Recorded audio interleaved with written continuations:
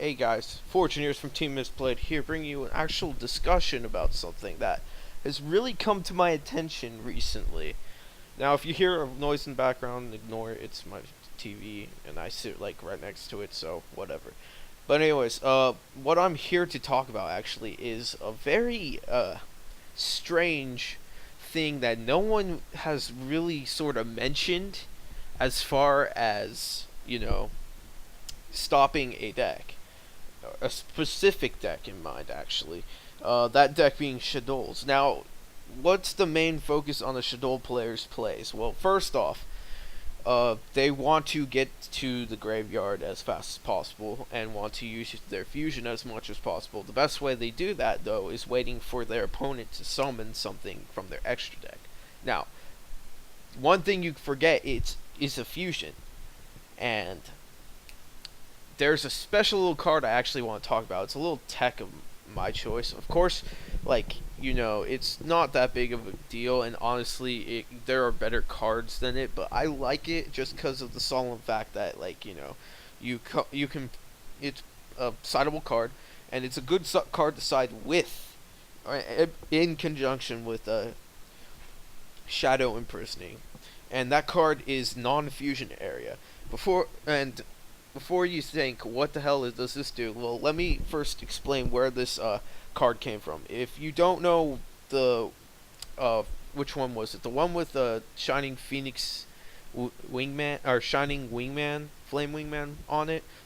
That pack, I forget what the actual pack's called, but it's the second one in the GX series. This card came out in it to, really just stop people from, overwhelming the game with a bunch of fusion summoning, which was being done. And people probably thought of this as a side card at one point, but it never caught on as a thing. Now, what does this card do? Well, let me read the card text. Neither non-fusion area is a continuous trap card. Neither player can fusion summon. Now, how does that apply to the game today? Shadows are a fusion based deck. Sure, they have plays outside of fusing, but it's the first thing they're going to do is go into Midrash, or Winda as it's called now, or Construct. And then you also got the new one coming out in the new Challengers.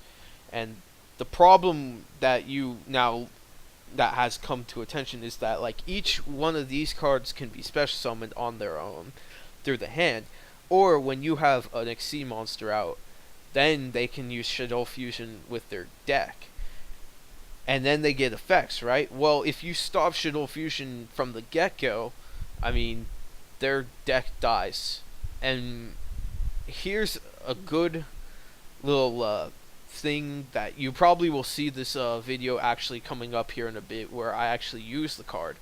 But I was playing in Statella Knights, because Statella Knights don't really fuse at all, and they're an Exceed based deck. So it's when I Exceed and play against a Shadow player, then they can fuse on me and go into destroying all my stuff. And now you may be thinking, why not just run Shadow Imprisoning Mirror? And I get that.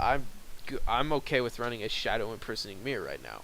Honestly, I would like to run Shadow Imprisoning Mirror more often than not, but I'm always looking into the odds stuff happening in the game, and I feel like this card can see some really big play right now. And honestly, people, will question it and be like, why, or what's this? Prohibition couldn't be just as good, whatnot.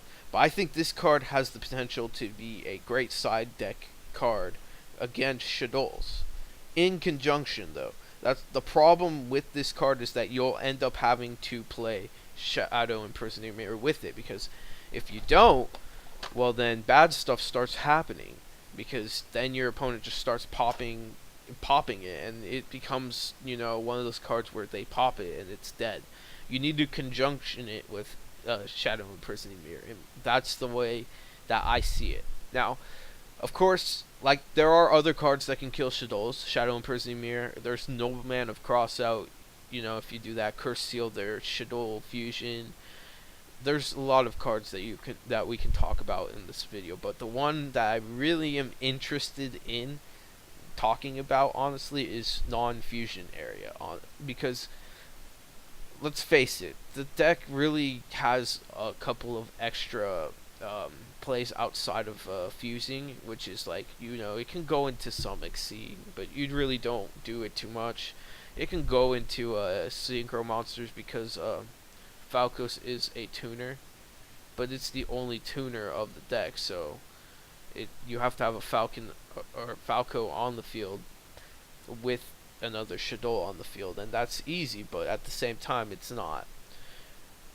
So their next best option is just run a bunch of XC monsters in it, and that's where I'd say that this deck really can be stopped with this card. But like I said, unfortunately, it has to be in conjunction with a Shadow Imprisoning Mirror if you're gonna do it. So anyways, that's my take on some of the cards that have recently caught my eye, and it's like, you guys can form your own opinion on non-fusion area. Of course, I'll leave a link in the description to the wiki page that talks about non-fusion area, so you can actually look and see what set it comes out in. You can also look on websites, or if someone's lucky enough, like me, to have pulled a bunch of those booster packs and have open them and have non-fusion areas laying around somewhere, then you can pretty much find them and try it. But again, like I said, it has to be within conjunction to another card.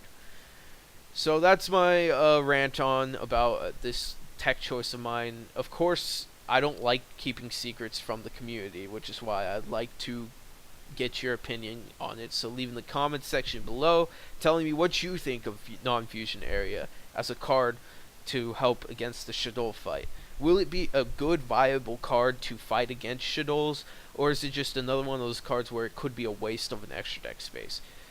But anyways, that's enough for me. This has been Fortune Years from Team Misplayed. Sign out. Thank you guys for watching, and be sure to look out on our channel for more content coming out. Till then, take care.